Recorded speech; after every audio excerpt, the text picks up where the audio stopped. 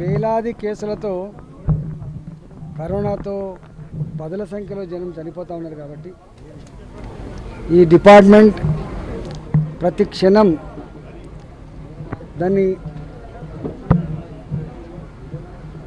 అవగాహన చేసుకొని ప్రతి క్షణం దాన్ని రివ్యూ చేసుకొని నిర్ణయాలు తీసుకునే అక్కడ ఉంటుంది కాబట్టి నేను ఇవాళ పోలేదు.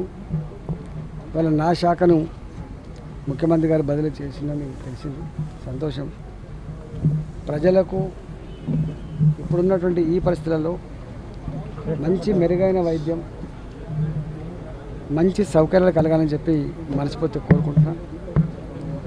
ఇప్పుడున్న పరిస్థితుల్లో కూడా నేను నా వ్యక్తిగతంగా ప్రజలకు ఈ సేవ అందించడంలో వ్యక్తిగతంగా తప్పకుండా వాళ్ళకు తోడుగా ఉంటా అని నేను హామీ ఇస్తా ఉన్నాను. అంటే మీ శాఖను తప్పించడం ఈ పరిస్థితుల్లో నిన్న జరుగుతున్న పరిణామాల్లో ఈ శాఖ మీ నుంచి శాఖను తప్పించడంపై మీరు ముఖ్యమంత్రి గారికి వారు ఎప్పుడంటే అప్పుడు ఏ శాఖ అంటే ఆ శాఖ వారి దగ్గర తీసుకునే అధికారం ఉంటుంది. మంత్రులు కూడా మార్చుకునే అధికారం ఉంటుంది కాబట్టి సర్వాధికారం శాఖల మీద ఉంటుంది కాబట్టి తీసుకున్నట్టున్నది. ఒక పక్క ఎంక్వైరీ జరుగుతున్నది, అది తేలక ముందే మీపై వేటు పడింది. యాక్చువల్గా ఇవన్నీ ప్లాన్డ్గా జరుగుతున్నట్టుగా కనబడతా ఉంది. ఏదో కాంప్లైంట్ ఇవ్వడం వల్ల ఎంక్వైరీ చేసి న్యాయమేందో అన్యాయమేందో దానికంటే కూడా ముందుగానే అన్ని ప్లాన్ చేసుకొని ఇది జరుగుతున్నట్టుగా కనబడతా ఉంది. దీని మీద ఇంకా డీటెయిల్గా నేను తెలుసుకునే ప్రయత్నం చేస్తాను. ఎందుకంటే పొద్దున్న నుంచి వెళ్ళి మా నాయకులతో, మా కార్యకర్తలతో, మా ప్రజలతో మమేకమై ఉన్నా కాబట్టి నేను ఏ వార్త కూడా తెలుసుకోలేకపోతున్నాను. ఏది ఏమైనప్పటికీ కూడా ఖచ్చితంగా దీని మీద ఏం జరిగింది సమాచారం తెలుసుకొని మళ్ళీ రియాక్ట్ అవుతాను. తెలుసుకుంటాను. ఇక్కడ వచ్చిన తర్వాత ఇష్యూ మీకు ఇప్పుడు మీ ప్లాన్ అనేది ముందే మీరు పసిగట్టలేకపోయారా? ఇట్లా జరుగుతుందని మీ మీద మీ క్యాబినెట్లో యాక్చువల్గా ఈ విషయాల మీద నాకు సమాచారం లేదు. నేను నిరంతరంగా కోవిడ్ దాంట్లో ఇన్వాల్వ్ అయి ఉన్నా. నిన్నటి వరకు ఎలక్షన్ల మీద అందరు ఇన్వాల్వ్ అయినారు కాబట్టి మేము ఇవన్నిటి మీద దృష్టి పెట్టలే. వాస్తవంగా నిన్న నుంచి పరిణామాలు జరుగుతున్నాయి. జరిగిన దాని మీద ఇప్పుడున్న సమాచారం మేరకు మీకు చెప్పిన నేను దీన్ని పూర్తిగా అనలైజ్ చేసుకొని నేను కూడా సమాచారం తెప్పించుకొని తప్పకుండా సకాలంలో స్పందిస్తాను. అసలు ఎంత 100 ఎకరాలని చెప్పిండు. 100 ఎకరాల భూమి కబ్జాకు గురైందా, వట్టిగానే చెప్పిస్తున్నారా, ఇవన్నీ బయటికి రావాలి కదా. 100% అవంతా రిపోర్ట్ వచ్చిన తర్వాత స్పందిస్తాను నేను. ఎకరం అయిందా, అరెకరం అయిందా, 100 ఎకరాలు అయిందా తెలవాలి కదా. వాళ్ళు చెప్పిన ఆరోపణ ఏంటిది? మొత్తం అన్ని షెడ్లు కూడా 100 ఎకరాల భూమిని ఆక్రమించుకొని షెడ్లు కట్టినట్టుగా వచ్చిండ్రు. మరి ఎంత ఆక్రమించుకున్నారు, దేంట్లో కట్టిన మొత్తం రావాలి కదా.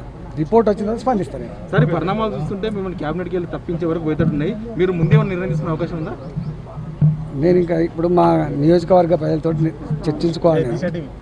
వాళ్ళతో మాట్లాడకుండా నేను నిర్ణయం తీసుకుంటాను. నా బాసులు వాళ్ళందరూ కూడా బాధపడుతున్నారు. అంటే 20 ఏళ్ళ చరిత్రలో మచ్చ లేకుండా ప్రజల మనిషిగా చెలామనేటువంటి నీ మీద ఇట్లాంటి ఆరోపణలు రావడం అనేది కొంత బాధ కలిగిస్తుంది. మేమందరం కూడా నీ వెంట ఉంటాం అన్నటువంటి ఒక భరోసాని వారు ఇవ్వడం జరిగింది. ఇప్పుడున్న ఈ పరిస్థితులలో ఇంకా ఏమైనా పరిణామాలు ఉత్పన్నమైతే మా నియోజకవర్గ నాయకులు, కార్యకర్తలతో చర్చించుకున్న తర్వాత మాట్లాడతాం. జనరల్గా మీరు అన్ని అసత్యాలు ఆరోపణలు చేస్తున్నారని చెప్పేసాను. అంటే మీ ఇమేజ్కి డ్యామేజ్ కలుగుతున్నటువంటి పరిస్థితుల్లో ఏమైనా పరునష్టం దావా కానీ అట్లాంటివి కానీ చేస్తారా? ఒక వ్యక్తిలో ఇట్లా ప్లాంటర్ స్టోరీస్ పెట్టుకొని బుద్ధితో మమ్మల్ని క్యారెక్టర్ అసాసినేట్ ప్రయత్నం చేస్తే ప్రజలు నమ్ముతారా?